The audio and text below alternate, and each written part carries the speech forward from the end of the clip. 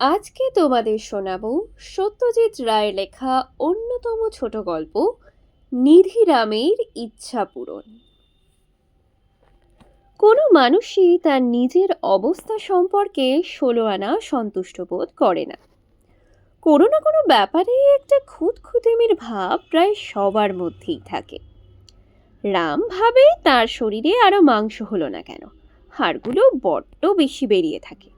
শ্যাম ভাবে আমার কেন গলায় সুর নেই, পাশের বাড়ির ছোকরা তো দিব্যি হারমোনিয়াম বাজিয়ে গলা সাধে। যদু বলে, আহা, যদি খেলোয়াড় হতে পারতাম। গাভাস্কার ব্যাটা কত রেকর্ড করে কি নামটাই করে নিল। মধু বলে, যদি বোম্বাইয়ের ফিল্মের হিরো হতে পারতাম। যশ আর অর্থ দুইয়েরই কোনো অভাব হতো না। তেমনি নিধিরাম মিত্তিরের মনেও অনেক অপূর্ণ বাসনা আছে। শুধু অপূর্ণ বাসনা নয়, ঈশ্বর তাকে যেভাবে সৃষ্টি করেছেন তাতেও তাঁর আপত্তি। এই যেমন বেশিরভাগ লোকই ফল খেতে ভালোবাসে। আম, জাম, লিচু, আঙুর, আপেল এসব ফলের কত সুনাম। লোকে কত ভালোবেসে এসব ফল খায় আর তা থেকে পুষ্টি লাভ করে। নিধিরামের কিন্তু কোনো ফলেই রুচি নেই।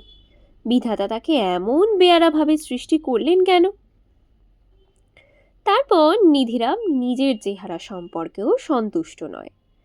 দেখতে সে খারাপ নয়, কিন্তু মাথায় খাটো। 1973-এ সে একবার নিজের হাইট মেপেছিল, 5 ফুট 6.5 ইঞ্চি। তার আপিসের লোকনাথগুই 6 ফুট লম্বা। নিধিরাম তার দিকে চেয়ে চেয়ে দেখে আর তার মন ঈর্ষায় ভরে যায়। যদি আর একটু লম্বা হওয়া যেত। তার ক্ষমতা অনুযায়ী যতদূর সম্ভব ততদূর নিধিরাম করেছে। মুখার্জি বিল্ডার্স অ্যান্ড কনস্ট্রাক্টর কোম্পানিতে আজ 14 বছরের চাকরি তার। তার কর্তা তার ওপর খুশি আছেন। মাইনেও সে যা পায় তাতে স্ত্রী আর 2টি ছেলে মেয়ে নিয়ে তার দিব্যি চলে যায়। কিন্তু আসল কথাটা হচ্ছে কি, চাকরি ব্যাপারটাই নিধিরামের পছন্দ নয়। কত লোক আছে যারা স্রেফ লিখে পয়সা করে, গল্প, কবিতা, উপন্যাস, নাটক। তাতে তাদের খাটতে হয় ঠিকই, কিন্তু চাকুরেদের মতো 10টা-5টা ডেস্কের ওপর ঘাড় গুঁজে বসে থাকতে হয় না। আর শিল্পী, সাহিত্যিক গাইয়ে বাজিয়ে হলে বাজারে যে নাম হয়, আপিসে চাকরি করে তো তা হয় না। পাবলিককে খুশি করে যে আনন্দ পাওয়া যায়, সে আনন্দ নিধিরাম কোনো দিন পাবে না। এটা তার একটা বড় আফসোসের কারণ। তার এক বন্ধু আছে, মনতোষ বাগচি। সে থাকে পাইকপাড়ায়। অভিনয় সে রীতিমতো দক্ষ। সে পেশাদারি থিয়েটারেই যোগ দিয়ে খুব নাম করেছে। হিরোর পার্টি করে বেশিরভাগ। নিধিরাম মনতোষকে অনেকবার বলেছে, ভাই, আমাকে অ্যাক্টিং একটু তালিম দিয়ে দে না, আমার বড় শখ। অন্তত ক্লাবে ট্রাবেও যদি 2-1টা পার্ট করতে পারি, তাহলেও তো 5 জনে আমাকে চেনে। মনতোষ বলেছে, সকলের মধ্যে সব গুণ থাকে না। অ্যাক্টিং যে করবি, তার গলা কোথায় তোর? লোকে পিছনে সারি থেকে তোর কথা শুনতে না পেলে এমন আওয়াজ দেবে যে অভিনয়ের 12টা বেজে যাবে। এবার পুজোর ছুটিতে পুরীতে গিয়ে নিধিরাম এক সাধু বাবার সাক্ষাৎ পেল। ভদ্রলোক সমুদ্র তটে দাঁড়িয়ে আছে। তাকে ঘিরে জনাভিষেক মেয়ে পুরুষ ভক্তের দল। সাধু সন্ন্যাসীর দেখা পেলে নিধিরাম কৌতূহল চেপে রাখতে পারে না। বিশেষ করে এর মতো তেজিয়ান চেহারার সাধু হলে তো কথাই নেই। নিধিরাম ভিড় ঠেলে একটু কাছে যেতেই বাবাজির দৃষ্টি তার ওপর পড়ল। কি বাবা নিধিরাম, বলে উঠলেন বাবাজি। যা নয় তাই হবার শখ হয়েছে? নিধিরাম সাধুর মুখে নিজের নাম শুনেই তাজ্জব বনে গেছে। খাঁটি সিদ্ধ পুরুষ না হলে এ ক্ষমতা হয় না। সে আমতা আমতা করে বলল, আগে কই না তো। না আবার কি, বলে উঠলেন বাবাজি। স্পষ্ট দেখতে পাচ্ছি তোর দেহ দুভাগে ভাগ হয়ে রয়েছে, একটা তোর বাস আর একটা বাসনা। বাসনাটাই যে প্রবল হয়ে উঠেছে, তার কি হবে? কি হবে তা আপনিই বলে দিন বাবাজি, কাতর কণ্ঠে বলে উঠল নিধিরাম। আমি মুখ্য মানুষ, আমি আর কি বলবো। হবে হবে, বললেন বাবাজি। মনোবাঞ্ছা পূর্ণ হবে, তবে এখনই নয়, সময় লাগবে। একেবারে মূল উপড়ে ফেলতে হবে তো, তারপর আবার নতুন করেই শেকড় গজাবে, আর সে শেকড় নতুন জমিতে ভুঁইয়ের নিচে প্রবেশ করবে। চারটিখানি কথা নয়, তবে ওই যে বললাম, তোর হবে। এই ঘটনার কিছুদিন পরেই কলকাতায় ফিরে এসে একদিন নিধিরামের কলা খেতে ইচ্ছে করলো। বেল্টিং স্ট্রিটের মোড়ে কলা বিক্রি হচ্ছে। নিধিরাম একটা কিনে খেয়ে দেখল, দিব্যি স্বাদ। ৩৯ বছর বয়সেও তাহলে মানুষের রুচি পাল্টায়। এটার সঙ্গে সাধু বাবার কোনো সম্পর্ক আছে কিনা সেটা নিধিরাম খেয়াল করেনি, তবে এই দিয়েই তার পরিবর্তনের সূত্রপাত। সেদিন আপিসে নিধিরামের কাজে মন বসল না। কদিন থেকেই সে মাঝে মাঝে অন্যমনস্ক হয়ে পড়ছে। পুরীর বাবাজির কথা মনে পড়ছে, ফলে তার কাজে ব্যাঘাত হচ্ছে। তার পাশের টেবিলের ফণিবাবু টিফিন টাইম হয়েছে দেখে একটা সিগারেট ধরিয়ে বললেন, আজ মিত্তির মশাইকে অন্যমনস্ক দেখছি কেন? কিসের এত চিন্তা? কথাটা বলে সিগারেটে একটা টান দিয়ে একরাশ ধোঁয়া ছাড়লেন ভদ্রলোক। আর সেই ধোঁয়া নিধিরামের নাকে মুখে প্রবেশ করে হঠাৎ তাকে বিষম খাইয়ে দিল। অথচ নিধিরাম নিজেই বিড়ি সিগারেট খায়, ধোঁয়ায় সে সম্পূর্ণ অভ্যস্ত। আজ হঠাৎ তার এমন হলো কেন? তার নিজের পকেটে এক প্যাকেট উইলস রয়েছে।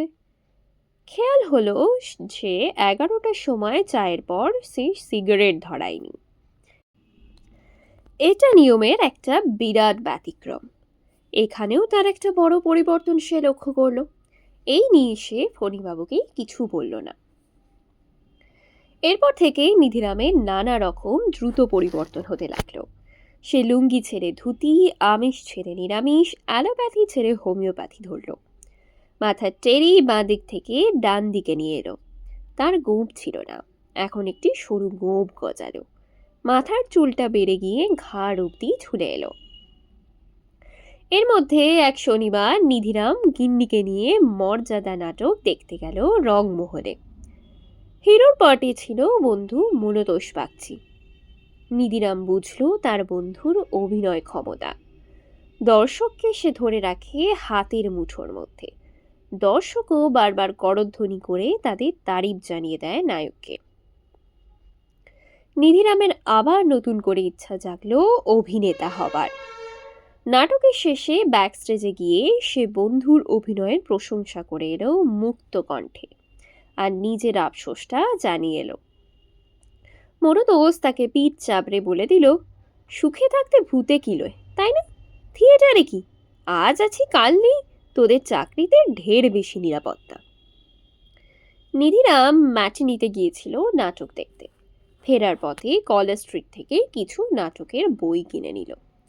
শ্রী মনোরমা জিজ্ঞেস করল, এসব কি হবে? পড়ব, ছোট করে জবাব দিল নিধিরাম। স্ত্রী বললেন, 7 জন্মেও তো নাটক পড়তে দেখিনি তোমায়, এবার দেখবে, বলল নিধিরাম। স্বামীর মধ্যে কিছু পরিবর্তন কদিন থেকেই লক্ষ্য করছে মনোরমা, কিন্তু সে সম্বন্ধে কোনো মন্তব্য করেনি। আজ তাকে জিজ্ঞেস করতেই হলো, তোমার কি হয়েছে বলো তো? স্বামীর সঙ্গে পুরী যায়নি মনোরমা, কারণ সে সময় সে ছিল বাঁশবেড়ে। অসুস্থ বাপের পরিচর্যা করতে হচ্ছিল তাকে, তাই সাধু বাবার ভবিষ্যৎবাণী সম্বন্ধে সে কিছুই জানত না। নিধিরামও ঘটনাটা গিন্নির কাছে প্রকাশ করেনি। তবে চেপে রাখলেই বা কি? এত পরিবর্তন হয়েছে নিধিরামের একমাসে যে সেটা স্ত্রীর দৃষ্টি আকর্ষণ না করে পারে না। এখানে এটাও বলা দরকার যে স্বামীর রূপান্তরে মনোরমা খুশি আছে, কারণ পরিবর্তনগুলো সবই ভালোর দিকে। বড়দিনের ছুটিতে নিধিরাম নাটকের বইগুলো পড়ল। একটাতে হিরোর পার্টের বেশ খানিকটা মুখস্থ করে স্ত্রীকে অভিনয় করে দেখালো। মনোরমার চোখ কপালে উঠে গেল। স্বামীর মধ্যে যে এমন একটা ক্ষমতা লুকিয়েছিল সেটা সে কল্পনাই করতে পারেনি। ৩৯ বছর বয়সে মানুষ দৈর্ঘ্যে বাড়ে না, বছর 25 থেকেই বাড়া বন্ধ হয়ে যায়।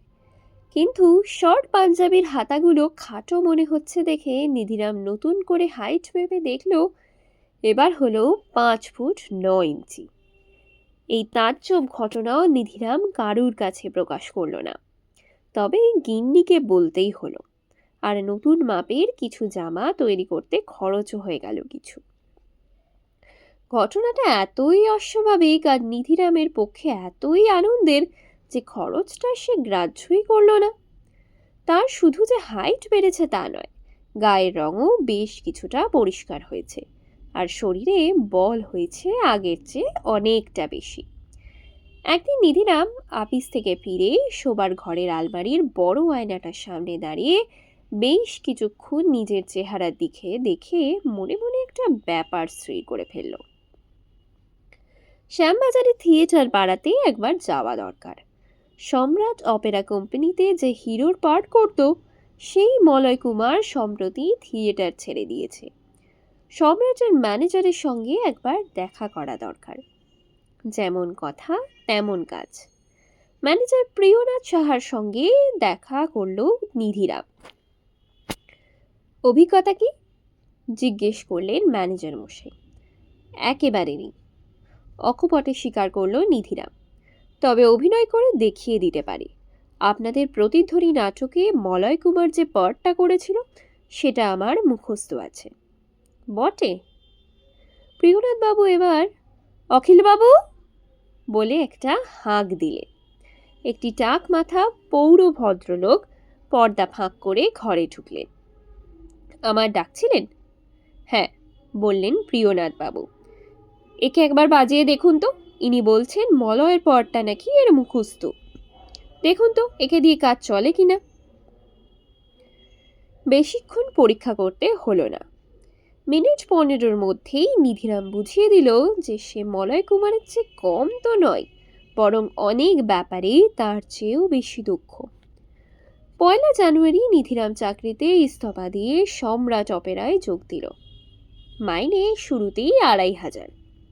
তবে কাজ ভালো হলে আর লোকে তাকে পছন্দ করলে আরও বাড়বে। মুখার্জি কোম্পানির চাকরি যে নিধিরাম কোনোদিন ছাড়বে এটা কেউ ভাবতে পারেনি। নিধিরাম দার্শনিকের ভাব করে তার সহকর্মীদের বলল, মানুষের জীবনে পরিবর্তন আসবেই। চিরকাল জীবনটা যে একই পথে চলবে এটা ভাবাই ভুল। তবে নাটকে যোগ দিয়েও পুরনো অফিসের সঙ্গে সম্পর্কটা চট করে ছাড়তেই পারল না নিধিরাম। এক সোমবার টিফিন টাইমে সেখানে গিয়ে শুনল যে তার জায়গায় নতুন লোক এসেছে। খবরটা দিলেন ফণীবাবু। বললেন, যিনি এসেছেন তিনি আবার আপনার ঠিক উল্টো। ইনি আগে থিয়েটার করতেন। নিধিরামের কৌতূহল হলো। কি নাম বলুন তো? মনতোষ বাগচি। বললেন, পুরীতে এক সাধুর সঙ্গে দেখা হয়েছিল। তিনি নাকি বলেছিলেন তার জীবনে অনেক চেঞ্জ আসবে। ভদ্রলোকে থিয়েটারে বিতৃষ্ণা ধরে গেছে। বললেন চাকরি পেয়ে তার অনেক বেশি নিশ্চিন্ত লাগছে।